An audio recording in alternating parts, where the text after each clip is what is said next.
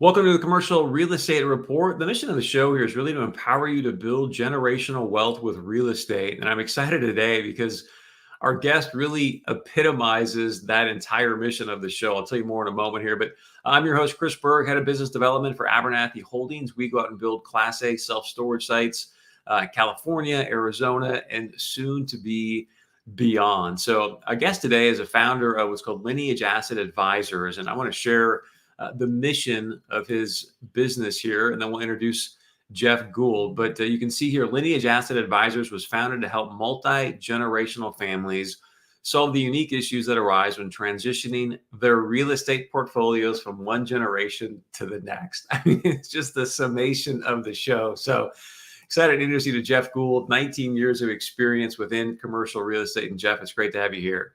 Thank you, Chris. Appreciate the opportunity. I'm excited for this conversation because, again, you just resonate with who we are here. So let's hear a little bit about your background. How did you end up in commercial real estate? And maybe more importantly, what was the impetus or the genesis of Lineage Asset Advisors? Yeah, thank you. Thank you. So it's been quite a run here, and obviously we're at a very interesting point in the commercial real estate market. So very excited to talk about where we're at and where we're headed. But from my perspective, started out, just boots on the ground, kind of grassroots, working for the large real estate services companies, Sperry Van Ness, Colliers International, doing everything from traditional brokerage all the way to asset management and consulting for families and family offices. And, the genesis of Lineage has been the discussion around the unique challenges, like you just talked about and mentioned about our mission at Lineage, the unique challenges that multi-generational real estate families face with regards to the transition of real estate assets across generations. And we kept getting into these discussions with generational real estate families, their estate planning advisors, including estate planning attorneys, CPAs, wealth advisors, financial planners, and trustees, around kind of the misalignment amongst the generations. So when you have a wealth creator that has built this substantial portfolio and very complex portfolio of real estate, and you've got the next generation, either their family or their beneficiaries, or the personnel within their organization that are not always in alignment with that mission and that legacy, things can break down across generations. And so we quickly noticed about 8 years ago that there was a need to have kind of a real estate planner, if you will, in the conversation as a trusted advisor with the other estate planning folks, focused specifically on the unique challenges with tangible assets like real estate. Well, this thing is such a great niche. You hear so much about financial planners or wealth advisors or whatnot, but mostly they're in equities or whatnot. So it's rare to find somebody in the niche that you're in. So I'm presuming as you were working with Colliers, these other organizations, you saw, wow, there's a real need to be fulfilled here. What are some of the most common mistakes that you see, like you mentioned, these wealth creators and their families making as they're starting to go through this succession plan? Yeah, so it really is an interesting world. When we're talking about transition planning, oftentimes it brings up some very difficult conversations because it brings up the conversations of death, of incapacity. It brings up the conversations of legacy. Many of my clients and many of the folks that are in the real estate sphere, the conversation has been about growth, right? It's been about growing a portfolio. It's been about building. It's been about building for many, many years. And so trying to shift gears on this conversation of transition means that at some point, the wealth creator is no longer going to be running the show. And at some point, they have to start thinking about ways to relinquish control or start taking step backs so that they can let the next generation step into the fold if they have that champion, so on and so forth. So I think the challenge here is committing as much time and energy into transition planning as you would in terms of growing the portfolio. And that balance, that fine line, sometimes it happens naturally. It happens with a very proactive wealth creator in the real estate space. And other times it tends to happen almost very reactively in many cases, in many situations. So I think just committing to the process of succession planning with real estate, taking that first step is always kind of the biggest challenge. So I'm a big proponent in facts tell, stories sell. So share with us a couple stories where maybe a high net worth family or a family office came to you and said, "Hey, here's our situation. Jeff, help us solve this problem." Like, what was the problem? What did you do to solve it? Yeah, I mean, there's as you can imagine, we're engaging with a lot of different variables. Family dynamics, operational dynamics, real estate finance dynamics, legacy planning, and those dynamics. And so all of these things do create, and it's a breeding ground for a lot of interesting conversations and a lot of, as you can imagine, challenging conflict that we're trying to resolve across generations. So, many of these cases, one in particular that I'll bring up, which is kind of I look at this sphere of succession planning in a couple of different ways. The first way is the proactive planning, where we have a wealth creator who is actually still around, still in a capacity to work together to develop a succession plan with the next generation. And then the alternative to that, the opposite of that, which is not necessarily where we want to be, is more of the reactive planning piece, where we have a wealth creator, first generation, who really didn't think through, developing a succession plan with the real estate for the next generation. And all of a sudden, the next generation finds themselves in a very reactive place. And from a trend standpoint, I think where we've seen the market for succession planning has been more on the reactive side of things. So I'll give you an example. I have when I first got started in this industry, a lot of my clients were on the reactive side, and I was dealing with an asset on a high street retail portfolio with a family. They were a third generation family who had inherited tenant in common interests from two or three brothers who never did any succession planning, and the family didn't like each other. They didn't talk to one another. There was no operating agreement, no rules of governance in place. And so I was brought in by the CPA, and this was the first meeting in many, many years that the family had come together to really kind of realign on these assets in this portfolio. And this was a portfolio that was comprised of many assets with deferred maintenance, high amounts of vacancies in very high profile locations, real estate family that, tenant common interest with family members that were anywhere from 80 years old all the way down the line to, their 40s and 50s. So I sat into this first meeting and just heard the misalignment and the disconnect from the family over many generations. And many of these family members were, they felt like they had not been heard for many years. They felt like they didn't have a place in the conversation. They felt very insecure about coming back together. And it was a very charged environment. And so I think that the key to these situations is to have a calm voice of reason sitting in the midst of this very rocky, stormy dynamic. And in this case, it was really allowing each tenant in common member to be heard, to have an environment where we set the standards for the dynamics, where we're going to have a respectful conversation rather than, the way that what has been deeply rooted within this family, which has been, just complete and utter disarray. And so ultimately our work with this family was over many years of really reestablishing communication, reestablishing alignment.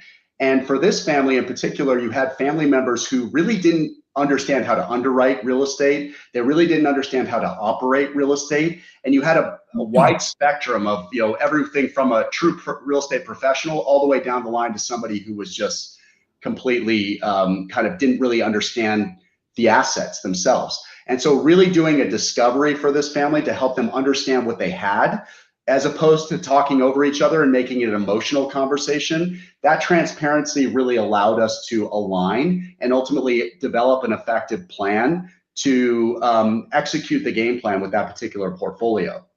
So that's kind of like the reactive side of things. The proactive side of things, I'm working with many wealth creators who actually, the way that they see that there's a need for this is in succession planning is when oftentimes they see a peer who did nothing. Maybe they did some estate planning, Maybe they thought through some succession, but they really didn't think through how the assets were going to transition to the next generation. And in one case, I had a family who, saw the downside of doing nothing. And in this case, it led to a lot of litigious behavior, a lot of lawsuits and litigation they saw their peer group going through that. And they realized that, hey, we need to start doing something. We can't leave. This is not how we want to leave our legacy to the next generation. We really have to work together and commit to this process. So I can't share details on all of these assignments. As you can imagine, there's a lot of confidentiality and stuff associated with it. But I think, that kind of toes the line of the proactive versus reactive planning side of things. So a couple of things I want to get into is one, I know your thesis, huge wealth transfer, and a big part of that's going to be in real estate. So if you want to talk about that, please do. And also I'd love to do a hypothetical. Let's say that I'm, as you refer to these wealth creators, I come to you and I'm like, hey, look, I've got nothing. I want to build a succession plan for my future generations. As we talk about here, building generational wealth with real estate. Like, where do you and I start? Like, how do you take me through this initial process, and where do things go, and how does that work? Yeah, great questions, Chris. So I think to key in, double click on your point about the market for this. I think the idea behind where we're at with wealth transfer. So we are amidst probably the largest wealth transfer wave in the history of the world. And by that, I mean that asset values have appreciated, to the nth degree. And particularly in real estate, what is anticipated is with the baby boomer generation in particular, which puts us, upwards of the mid 70s. The baby boomers are in that kind of age range, 60s to mid 70s range. We have about $78 trillion worth of assets as a whole, as their piece of the pie. And of that $78 trillion, we have about $18 trillion worth of those assets in real estate. And again, these are illiquid assets. As you can imagine, and as you probably talked about, many of these real estate families don't have a lot of liquidity. A lot of their equity and wealth is tied up in real estate. And obviously there's a shifting of tides in terms of values, and we could talk about that, where we are today. But that $18 trillion that is the market right now. That is what we're in the midst of. And many of these families, I think, when we talk about the need for succession planning, we talk about, the different components of estate planning and financial planning. And so when you have a financial planner who is, these RIAs, the registered investment advisors, they do a great job, an incredible job of looking at the stocks, bonds, mutual funds, kind of the liquid aspect of the portfolio. What maybe they don't focus on, and I'm speaking in generalities, but they don't focus on is the tangible assets, the real estate assets. And oftentimes we work in partnership, in tandem with those financial planners to educate them on the need to have a good trusted advisor who understands how to underwrite the real estate assets, who understands the operational components of the real estate assets, and how that real estate plan is it needs to work in conjunction with the overarching financial plan. And so, when we talk about kind of how we engage with clients, we engage at different stages with clients. Some of the clients have done no estate planning. They haven't even thought through succession or estate planning or financial planning. And other clients are further down the line. But what we like to invite these clients to think about is this process of, discovery, planning, and implementation. And if we engage with a wealth creator, we really, for a lot of these wealth creators, some of them, the family offices or multi-generational families, they have a great centralized, digitized repository of their organization, their structure. They've done a great job of collecting all the data and digitizing it. And in other cases, we're engaging, like I have a couple of clients right now, where we're engaging with the client at a point where they've got hard copy documents, no digitized documents. And so it's getting them organized, this discovery phase of underwriting each individual asset, rolling that all up into a portfolio assessment for, how the portfolio is performing. What are their KPIs? What are their goals, as it relates to their key performance indicators from a financial standpoint, from an operational standpoint? What is their operating structure in general? What about property management and asset management? So really doing a deep dive due diligence and coming forth with this portfolio assessment in the discovery phase to understand how the portfolio is performing, where are the inefficiencies, where are the opportunities for us to plan and to start solving problems for the next generation, what are the family dynamics? So interviewing each of the different stakeholders and beneficiaries, understanding who they've selected as a successor trustee, if they've even made that selection. So before they even do any estate planning or succession planning, particularly with real estate, it's like, let's get everything centralized and organized so we understand where the holes are, where the gaps are. And that first piece of the puzzle is like a baselining of the portfolio. And I think that's a critical step in this succession planning piece, because oftentimes if we want to skip to, implementing a succession plan or even an estate plan, and we don't know where the bodies are buried, using that analogy, it becomes tricky to do, appropriate planning moving forward. Even things like title, cleaning up title. Oftentimes, and I'm engaging with the client right now, where we have issues with title that need to be cleaned up before we even start talking about estate planning. So that discovery piece becomes a really critical piece of the puzzle, or first phase of the puzzle. So I'm assuming you're going to say, Chris, the sooner the better, but when's really kind of the sweet spot for you to sit down with a wealth creator and help go through discovery and start building this plan?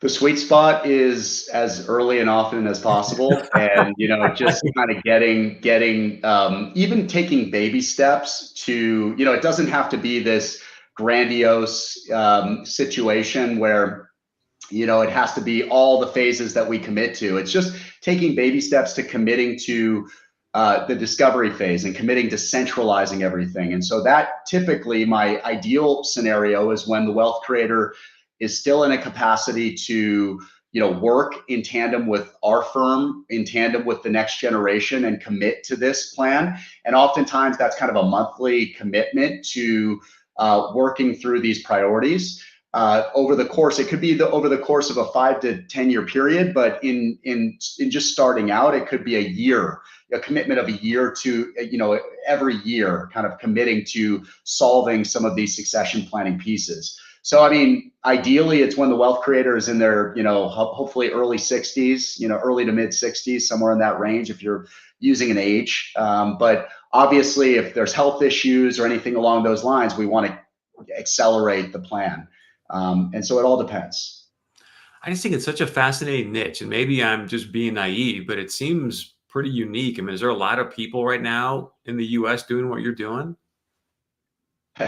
I don't know of many, but that doesn't mean we're unique or,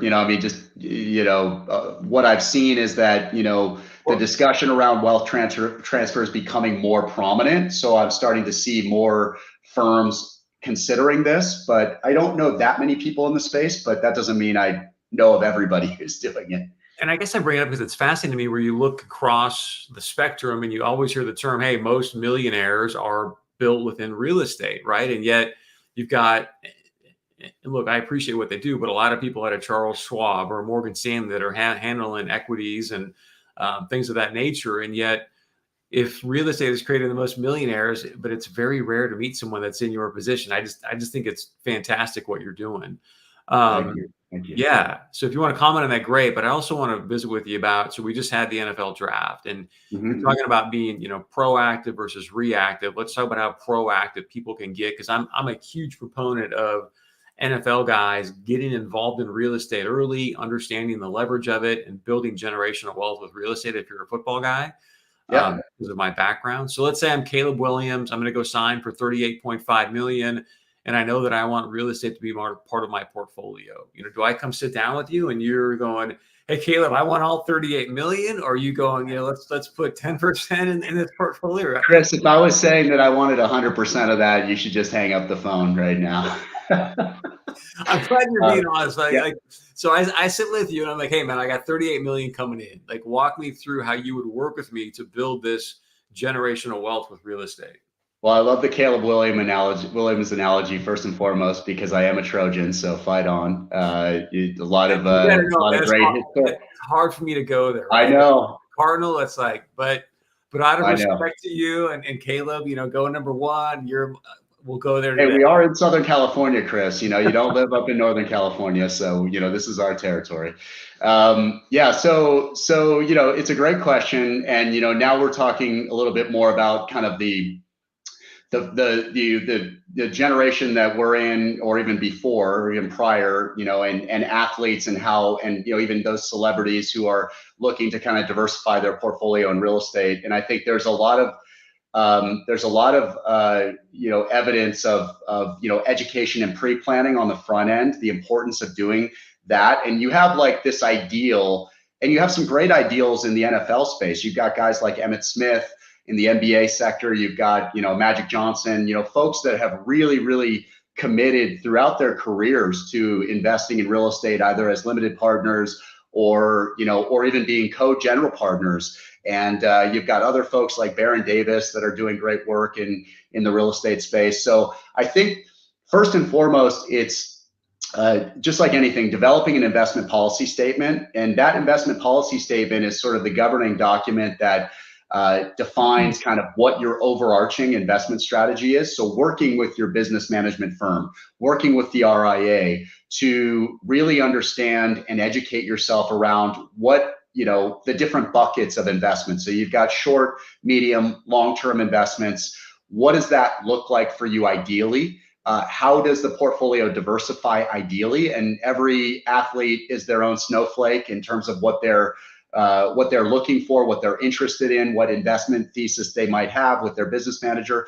But once you define that overarching investment policy statement, the focus then is on what percentage, or what percentage within each of those buckets do you want to allocate to real estate, right? And so it's working with those advisors to understand, we have, of the 100% in this pie, we want to allocate, starting out at 20%, 30%, 40%, and start to scale up over time. And so once we carve out that piece, right, the real estate piece, the equity piece on that, then we want to start to develop a game plan around real estate. And that game plan around real estate could be starting out small as a limited partner within different subsets of the real estate industry. So being able to qualify good sponsors that are doing things like, for instance, in the self-storage space, like you guys, in the retail space. So being able to like really diversify into each of these different sectors with good sponsors, and use those baby steps of limited partnership investments as a means to start to educate yourself about the different aspects of the industry. And I've seen that with different athletes, the ones that really, really commit and get excited about, educating themselves, not only as limited partners, but as eventually maybe going into something, taking a co-GP position when they retire, because as we know, their careers, can be cut short relatively quickly. So I think it's really important, once you carve out that piece, to really do a great job qualifying with your management, with your business management firm, your RIA, with real estate advisors like us, and then ultimately start to educate yourself, and then start to scale that education. And so there are great opportunities for education and using tools like CCIM. I'm a CCIM, which stands for Certified Commercial Investment Member, to really understand the kind of investment protocol, investment analysis in commercial real estate. So anyways, I always talk about education, and that also computes to next generation real estate families. So in other words, if you have a next generation owner who's got, maybe it's a son or a daughter who's going to take over the real estate portfolio, day-to-day education is great. So boots on the ground is great, but also matching that with theoretical education is also really important. And we do a lot of that, like mentorship and education around next generation real estate owners. So anyways, hopefully that answers your question on that. Oh man, I got so many questions for what you just shared. But when you just said now we mentor, when you say we, you mean your firm is going to then sit down with these families and start mentoring the younger generations? Absolutely. It's a key part of the equation. What's that? And are you doing that over like Zoom? You sitting at the dinner table and go, okay, guys, here's how we're going to underwrite this self-storage site. Like, what are you doing specifically? Yeah, well, again, it all goes back to the process, right? Our process of discovery. Once we understand the the real estate portfolio, and we understand the dynamics within the family. So in some cases, we might have one champion within the family who is going to be the eventual person to be dubbed to take the reins with the real estate portfolio. In other cases, we might have multiple people that are going to take the reins. In other cases, we might not have anyone. But for those people that are going to take the reins with the next generation, a piece of our planning is to carve out every month a new topic related to their real estate portfolio that we can educate that particular next generation on. And that might be anything from underwriting to development to structuring a deal and the capital stack to lease negotiations. So that can be part of our planning with the family. Let me ask you a question that for you, you probably could answer this in your sleep. And just to give clarity for people, because one of the things when I watch podcasts, I don't like when a bunch of people are using acronyms or words that maybe isn't within the normal vernacular for people. And so I bring this up because I think one of the biggest challenges you see, especially within the NFL, and a lot of my buddies that have played, is that they're focused on football, they're getting deals on restaurants and these put in front of them, but they don't really understand, what does this deal mean? What are the returns? What's the underwriting? So how would you explain underwriting to somebody, a layman like myself, and then just the importance of understanding underwriting if you're going to have deals put in front of you all day long?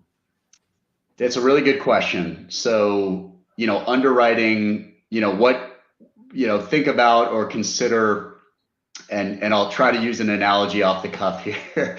If you're a quarterback and you're trying to read the defense, right, on a play. So, play action, you fake the handoff and you're going out and you're looking for your receivers in the field, right? There is a progression of understanding there's the spectator who's looking at things from a very narrow perspective, right? They're looking at, what's on the field and they're trying to see everything and trying to, capture the play and, one snapshot. But then as the quarterback, you're trying to read your progressions. You're trying to look at the depths of where your guy's going to cut back to, where your wide receiver is going to cut back to, where the safety is going to be on a certain progression. And so the way that I look at it is, if you're just the spectator when you're underwriting a deal or when you're looking at a deal, you're not looking at the progressions. You're not looking at the underlying metrics or the assumptions that are being made by the sponsor that may or may not compute with market realities or with the realities of where your wide receiver is going to go or where the safety is going to be or whether somebody's blitzing and all of those things. So I think the key here is, if you're an athlete and you're on the field, you want to really understand the game at a deeper level. And underwriting is understanding the game at a deeper level, right? So there are numbers presented to you. There's market metrics that are presented to you. There's assumptions that are presented to you. And you as the quarterback, as the player on the field, have to take all of that information and dive to the depths, dive to the understanding of what's real and what's not. Man, I want to give you the biggest high five for using a football analogy to explain underwriting. And I guess to take it one step further, I think the other piece of the puzzle is, as a quarterback, you'd come up to the line and you knew, hey man, if they're running cover 3, I don't want to run this play. So now I got to check, or at least I need to know, okay, if it's cover 2 or cover 4, what are some of the better plays? And to me, that's a big piece of the underwriting too, is you want to also, from a defensive standpoint, be able to go, hey man, what if rates go down, or what if interest rates go up? What's that going to mean for my IRR? And those are things I think are really important for people to you don't have to have a PhD in it. And yet I think that's how a lot of guys in the league get took, because they trust somebody. They don't really understand the IRR, the returns, and they just go, hey, here's my money. Next thing you know, the money's not there anymore. So the fact that you're doing that, one, is I commend you for that. I hope we can do more of that from an underwriting standpoint for guys. And so if you want to add anything to that, great. You want to add anything, or I got another? It's just the only thing that I would add just is just like athletes have to practice, to get better. We all have to practice in the real estate industry to understand where the pitfalls are and where the risks are. And the better that you can get at understanding the risks and understanding what assumptions are being made. And I think more critical than anything in this market is, no sponsor ever can tell me that they have a crystal ball to understand where the underwriting's going. And so you as the investor have to really be able to question and put that sponsor to the test as to why they're making certain assumptions versus others. And that takes practice. That's simply what it is. So well said. And maybe, we can expand that to, anyways, that's a conversation another time. But I think the other thing is that you're spot on where, for example, if you want to share quickly about, hey, when you're looking at these underwriting, you want to stress test it too. What if rates go to 7? What if they go to 8, right? Absolutely. Yeah. The idea of sensitivity, the idea of understanding what variables could change, what variables could change quickly.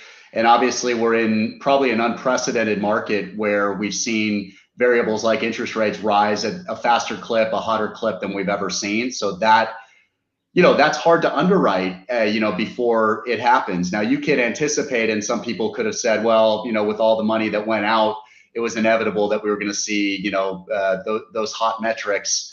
And but it's looking at it in the rearview mirror is a lot easier than looking at it forward projections. Would you consider it a pretty decent analogy to say underwriting is the game plan? Like that's your business plan. That's the game plan that you're putting together to go against what you think that defensive coordinator is going to run against your offense. And then you want to go execute that game plan. That would be your underwriting. Is that a fairly fair analogy in your mind? I think that's right. Underwriting is like understanding the X's and O's, and also, just like I said before. Oh, sorry, go ahead. I wouldn't say even just the X's and O's, but really like, hey guys, we know this team in the red zone, they're going to run X. So that means we're probably going to be running these plays. Like, again, that risk mitigation, right? Like what are we going to do to maximize our opportunity to score as many touchdowns as possible? And that I'd never thought of it through this lens until you just brought it up. And Yeah. now you are like, my brain is going, oh, hey, okay, I can get this at a whole nother level because of my history in football. But I feel like that's a pretty fair analogy to go, okay, when I'm looking at this underwriting doc and obviously the other things I'm looking at, but that's my game plan going into this asset to really help me determine, hey, am I going to say yes to investing money or no, I'm not? Yes. Yes. And and I just looked at an asset and a deal where, there's what is said in the document, the investment document prospectus, and then there's what is not said. And so the key is to be able to understand what is not being said here that you need to key in on and is that going to lead to future risk on this deal? Who are the players? Who is the sponsor? Have they done this before? So yes, all of those things, what is being said and then what is being not said. And that takes time and practice to really understand those pieces. And I think one thing I would add, and I want your comment on this, is like, I'm not suggesting for some of the guys out there that everyone has a different relationship to numbers and Excel docs. And I'm not saying you've got to get a PhD in finance to do this. I just think having at least some idea of what you're looking at, and then maybe finding a really trusted partner like Jeff, for example, that can do a deeper dive and give you an analysis in layman terms. Yes. Yeah, I think at the beginning stages, it's always imperative to square, your thoughts, especially if you're making investments and, in the real estate sphere as a limited partner with sponsors or as with other partners as a GP. It's always helpful to square your assumptions and your reality, your assessment with maybe a market expert. It could be us, it could be whomever, but somebody else who can give you the dose of reality to say, hey, you maybe think about this, this could be a potential risk. They're underwriting at a 50% IRR. Is that real? There's a lot of stuff that's being said. I obviously you go to the exit cap rate and you say to yourself, hey, the vast majority of the upside is going to be in the exit cap rate. So that's a very simple metric to say, okay, you believe it's going to be here in 5 to 7 years. Why do you believe it's going to be here? And so yeah, I think that's always important, especially when you're getting up to speed and educating yourself. Last thing I want to touch on, just to be, this is a great conversation. We'd love to have you back. You talked about vetting sponsors. I'm curious, what do you do to vet sponsors, or GPs is another term for them, and or what needs to happen as you're vetting these sponsors for you to put your good housekeeping seal of approval on them? Yeah, that's a really good question. Obviously, good asset management fundamentals, like having a really, really dialed in, audited financial statements, like really good background in terms of like operational principles, very clear accounting, bookkeeping, like a really good foundation for, and that's just kind of the baseline. What I look at is like, what are your, what kind of personnel do you have operating the business? Can you show me your K1s, your reporting with investors, what kind of asset management tools are you utilizing, like Juniper Square or other asset management tools? Like, the accounting piece is really important and critical. Structures obviously become critical. Of course, vehicles, and the types of deals. Do they have experience with this particular asset class? Can they show me examples of dollars in and dollars out, on deals that they've done that are similar to this particular project? And a really clear, and even going out and getting references from existing limited partners, who have invested with these particular sponsors for many years, and these are trusted LPs that are doing this on a more programmatic basis. I want to talk to those guys and gals. So, it's all of those things. It's an amalgamation of all of those things synthesized into, if are they raising capital on a particular deal, or are they raising capital with, through a fund? And, obviously preferred returns, promoted interests, fees. I mean, there's all these things that come into play to say, are we being real or not? Is this a go or no go? That's one of the reasons why you want to talk to Jeff. I mean, everything you just mentioned there, it can be overwhelming if you're new to this, right? I mean, like you said, the fees and the pref and this, you're like, wait a second, what does all that mean? And how do I interpret it? Very, very powerful. You talked about K1s as well, which I think is important for people to understand that too. So, Jeff, incredible conversation. Anything else you want to add or share that I'm not asking you? I just think, that one of the things that I want to key in on is, for a lot of this discussion around succession planning, it's, the legacy piece. A lot of the wealth creators, they have a hard time kind of getting over the hump of like, okay, what are the benefits of succession planning? And oftentimes this conversation of like the do nothing scenario comes into play, where it's like, hey, we'll just let the next generation deal with, whatever plan we left behind to them. And oftentimes I ask the question, so, when you're no longer here, what kind of legacy do you want to leave behind? Because we're only here for a very limited short period of time on this planet. And so, oftentimes the conversation is not around the wealth that they've created vis-a-vis, the portfolio that they built with real estate, but it's around the importance of reestablishing relationships, the importance of the relationships that they leave behind, the importance of not leaving behind a mess to the next generation and having all of that mess cleaned up. And so when you have very complex capital stacks, when you've got advanced tax planning and estate planning that, comes into the mix, things can get complex very quickly with these wealth creators. And so I would just encourage the wealth creator to think about their legacy, not about the wealth that they built, because they can't bring that with them to the grave, but it's about the relationship that they're going to leave behind with the next generation. And that's just more valuable. And the messaging that they want to leave behind to the next generation, that's just more valuable than any piece of real estate that you're going to own or leave behind to the next generation. And so that I would just encourage people to think about that from more of the soft relationship and family dynamics perspective, rather than just the growth and kind of like, tangible perspective. Last question. I apologize because you just brought up something very interesting. So I was at a recent family office event, and they talked about the people that are really heavily involved with the family offices says, hey, one of the really interesting things going on right now from this baby boomer generation to the millennials is that as this wealth transition is happening, and a lot of the younger investors are saying, hey, unless there's a social impact with that investment, Yep. I don't want anything to do with it. Yep. So in the context of real estate, where do you see the best opportunity for social impact investing in real estate? That's a really good question, and we could pull on that thread for a whole other podcast. But I think there's Okay. a lot of interesting stuff happening, and that conversation around philanthropy and charity, does that bridge that's being built to the next generation, because we have the focus on environmental social impact. These items matter to the next generation, and it is one way to connect the dots between generations, social impact. And so we have clients looking at, things like charitable remainder trusts, things like, setting up fiscal sponsorships to invest in vehicles like affordable housing,